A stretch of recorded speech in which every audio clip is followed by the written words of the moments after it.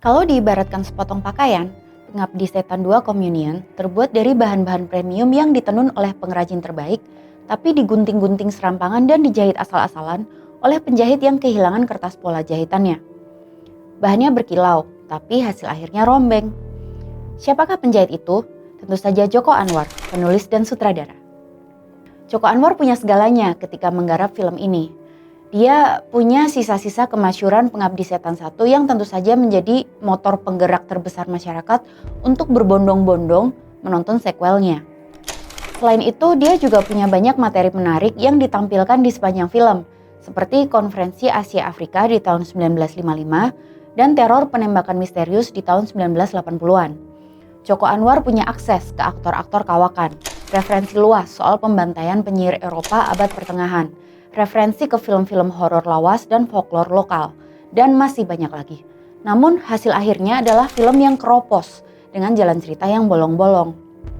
Mari kita telusuri jelujur Pengabdi Setan 2 Communion yang ditisik serampangan.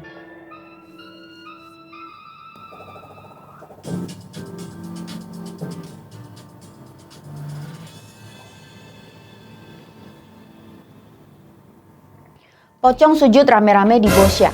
Pertama-tama, kita harus mengapresiasi opening act di film ini. Ruangan observatorium bintang dibuka dan isinya puluhan pocong busuk yang bersujud ke suatu entitas misterius di ujung ruangan.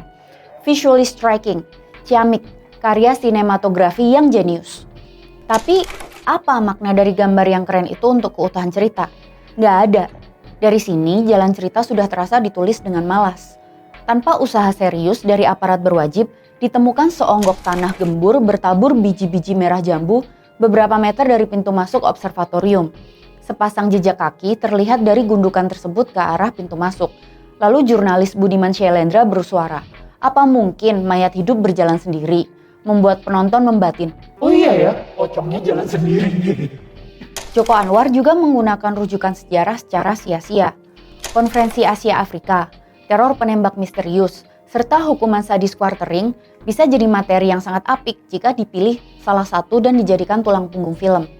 Malahan, Joko Anwar yang punya resume cemerlang menjadikan pemilu presiden dan korupsi politisi sebagai tulang punggung A Copy of My Mind, memutuskan untuk menggunakan semua nukilan sejarah ini sekaligus dalam satu film.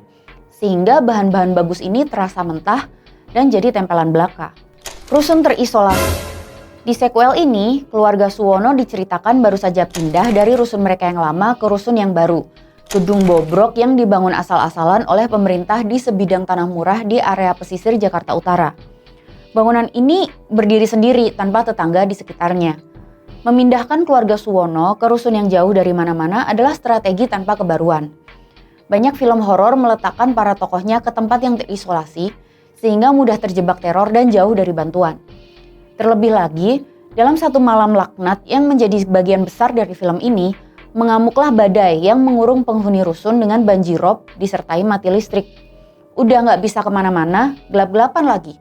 Lengkap sudah setting rumah hantu pasar malam ini. Namun memindahkan Rini dan keluarganya ke rusun di Jakarta Utara mengkhianati epilog Pengabdi Setan 1, di mana tokoh misterius Darminah dan Batara bertetangga dengan keluarga Rini dan diam-diam berupaya supaya keluarga itu tidak pindah rusun sehingga tetap berada dalam cengkeraman mereka. Tapi toh mereka pindah juga demi plot. Dan dari semua rusun yang ada di Jakarta, mereka memilih rusun tempat berkumpulnya sekte ibu. Terlalu banyak kebetulan di film ini. Sekte segala macam. Di Pengabdi Setan 1 disebutkan Mawarni bergabung dengan sekte kesuburan untuk bisa mendapatkan anak. Perjanjian dengan iblis itu punya kontrak berat. Anak bungsu harus diserahkan kembali ke sekte. Namun di Pengabdi Setan 2 disebutkan Mawarni juga bergabung dengan sekte untuk memoncarkan karirnya menjadi penyanyi. Jadi sebenarnya ini tuh sekte apaan? Sekte kesuburan, sekte pesugihan. Selain itu bisa dilihat bahwa penganut sekte ini cukup banyak. Dari sekian banyak bayi yang lahir dari para penyembah setan, mengapa harus Ian yang mewarisi tampuk kepemimpinan sekte? Oke lah, mungkin nanti ada penjelasan mengapa Ian ditunjuk menjadi Raminom's baby di sini. Namun kenapa di rusun yang sama kebetulan tinggal nemesisnya, Wisnu, yang kebetulan fasih berbahasa isyarat ala sekte, yang kebetulan ia pelajari lewat buku, yang kebetulan ia temukan di tukang loa. Apakah Wisnu memang dipasang sebagai Mesias di sini? Apakah karena itu ia dinamai Wisnu? Sekali lagi, terlalu banyak kebetulan di film ini. Karakter decision yang nggak masuk akal. Tony, si anak tengah, digambarkan sebagai pemuda yang selalu sigap menolong, tidak bisa menolak permintaan apapun yang diminta orang lain kepadanya. Ia tidak bisa berkata tidak, walau permintaan itu disampaikan secara tidak sopan. Misalnya, perintah Tari untuk membetulkan radio rusak, atau diminta oleh orang yang tidak ia sukai. Misalnya, desakan Dino untuk mengambilkan garpu di unit tetangga. Atau melampaui batas. Misalnya permintaan Pak Ustadz Mahmud menemaninya menengok keadaan mayat-mayat di setiap unit ketika keadaan rusun sedang sepi dan mati listrik. Bahkan ketika Pak Ustadz memintanya berjalan sendiri ke lantai 13 dan memilih antara membawa senter atau korek, Tony menyanggupi dan memilih membawa korek kayu karena tidak tega membiarkan Pak Ustadz gelap-gelapan pakai korek. Padahal orang baik juga ada batasnya. Tari dan matinya sang pelacur. Keputusan Joko Anwar untuk membunuh Ustadz Mahmud dan Ustadz di Pengabdi Setan 1 menunjukkan posisinya yang menafikan agama sebagai solusi absolut untuk semua gangguan supranatural seperti yang umum dilakukan oleh film-film horor Indonesia lainnya. Joko Anwar juga menyelipkan pesan-pesan feminis lewat tokoh Tari yang digambarkan seksi dan tangkas membalas catcall kurang ajar dari abang-abang preman rusun. Diselipkan juga social commentary tentang pilihan berpakaian dan stigma profesi. Good job, Joko Anwar. Namun, kemajuan pikir ini dinihilkan oleh keputusan Joko Anwar untuk membunuh Tari. Perempuan yang gak takut preman ini ternyata takut setan.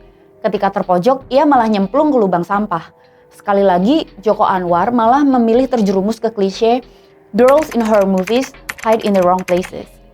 Keberadaan Tari sebenarnya adalah kesempatan brilian Joko untuk mendobrak trope the whore di film-film horor, di mana perempuan-perempuan yang mempraktikkan kebebasan seksual niscaya mati duluan. Alangkah indahnya jika akhirnya kita punya final girl yang seksi dan badass. Malahan, Tari dieksekusi dengan badan terlipat-lipat di dalam lubang sampah yang sempit dan bau, dikejar-kejar pocong dan hantu bayi lagi. Apakah ini maksudnya Tari kualat karena pernah aborsi? Apalagi kematiannya sambil diteror suara radio yang menyatakan bahwa ia akan mati disiksa di neraka.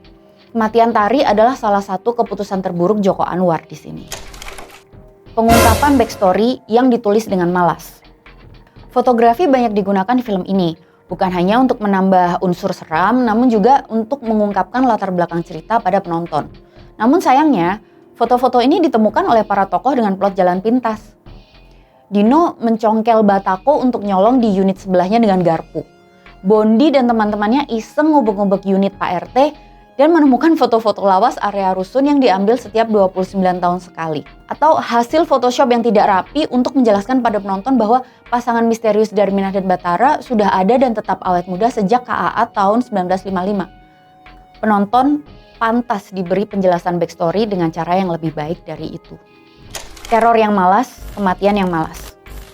Teror adalah bagian integral dari Pengabdi Setan 2. Sayangnya, visual horor dar-der-dor terlalu ditonjolkan di sini sehingga usaha menulis cerita yang kokoh dan believable dikesampingkan. Akibatnya, adegan-adegan hantu yang ditampilkan jadi kosong walau visualnya jempolan. Contohnya, adegan teror hantu saat sholat. Hantu makmum adalah jenis hantu yang sering muncul di cerita horor yang ditularkan dari mulut ke mulut oleh orang Indonesia. Adegan di teror hantu saat sholat sudah muncul di Pengabdi Setan 1 dan kemudian diulangi lagi di Pengabdi Setan 2. Sejujurnya ini merupakan adegan hantu makmum terbaik yang pernah saya tonton dengan efek visual keren pindah dunia serta hantu yang makin lama makin bertambah dan merapat. Sayangnya, adegan ini muncul ketika trik adegan hantu makmum sudah basi dan terlalu banyak muncul di film seram.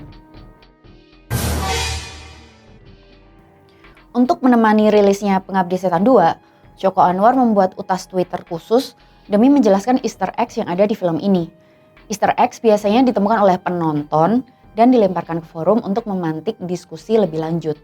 Namun, companion thread yang dibuat oleh sutradara / penulisnya sendiri ini mengesankan seolah-olah Joko Anwar enggan mengikhlaskan interpretasi dilakukan oleh penonton tanpa bisa ia kontrol. Tapi ya bisa juga sih dia melakukan ini sebagai gimmick marketing. Namun, gimmick marketing seperti apapun akan sia-sia jika cerita yang dijual tidak utuh.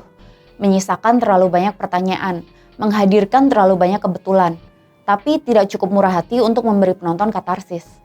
Cerita tambal sulam ini hanya bisa diterima sebagai jembatan supaya kita nanti beli tiket untuk nonton Pengabdi Setan 3 atau spin-off lainnya yang digadang-gadang akan dikembangkan dari semesta ini. Sutradara sekaliber Joko Anwar harusnya sudah tidak berlindung di frasa namanya juga film untuk membela penulisan yang malas. Lagi pula, apa sih yang seharusnya terjadi ketika ada kecelakaan lift yang menyebabkan kematian massal di rusun? Mayat akan dikumpulkan di satu unit. Warga akan takziah dan tahlilan bareng. Sementara banyak bansos, wartawan dan petugas SAR yang datang. Akan ada dapur umum yang ramai dan terang, sementara warga terdampak akan menunggu pagi dan banjir surut sambil seru membicarakan kejadian naas tadi sore. Dan tentu saja ada gerombolan wartawan yang bertanya, apakah ada firasat sebelum kejadian? Ada firasat tidak Ibu? Sedikit. Sebelumnya Bu ada firasat tidak Bu?